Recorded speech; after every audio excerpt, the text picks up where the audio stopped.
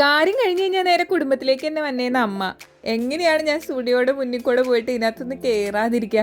ഇപ്രാവശ്യം സ്റ്റുഡിയോ കയറിയപ്പോണ്ടായിരുന്ന ആകെ ഒരു സമാധാനം സാലറി കിട്ടിയ വീക്കല്ല എന്നുള്ളതാണ്. സാലറി കിട്ടിയ വീക്കാണെങ്കിൽ 100% ഉറപ്പിച്ചോ എന്റെ കയ്യിൽ ഒരു പകുതി പൈസ ഇവിടെ പൊട്ടിച്ചിട്ടേ ഞാൻ വീട്ടിൽ പോവുള്ളൂ. ഇതിപ്പോ വാങ്ങിക്കണമെന്ന് ആഗ്രഹം ഉണ്ടായാൽ പോലും കയ്യിൽ പൈസ ഇല്ലാത്തതുകൊണ്ട് നമ്മൾ അടങ്ങിയിരിക്കുമല്ലോ. അങ്കമാലി ടൗണിൽ എന്തോരം കടകൾ ഉദ്ഘാടനം ചെയ്തേക്കണ്. പക്ഷെ ഈ സ്റ്റുഡിയോ തുറക്കണേന്റെ അന്ന് എനിക്കുണ്ടായ ഒരു സന്തോഷം പറഞ്ഞറിയിക്കാൻ മേലായിരുന്നു. കാരണം ഞാൻ അതുപോലെ ഹാപ്പി ആയിരുന്നു. എനിക്ക് ഈ ചുരിദാർ സെറ്റ്, സാരി ഇതൊക്കെ വാങ്ങിക്കണേക്കാൾ ഇഷ്ടം ഇതേപോലെ ടീഷർട്ട്, ചെറിയ ചെറിയ അൽക്കുരത്തെ സംഭവങ്ങളൊക്കെ വാങ്ങുന്നതാണ് എനിക്ക് കൂടുതൽ ഇഷ്ടം.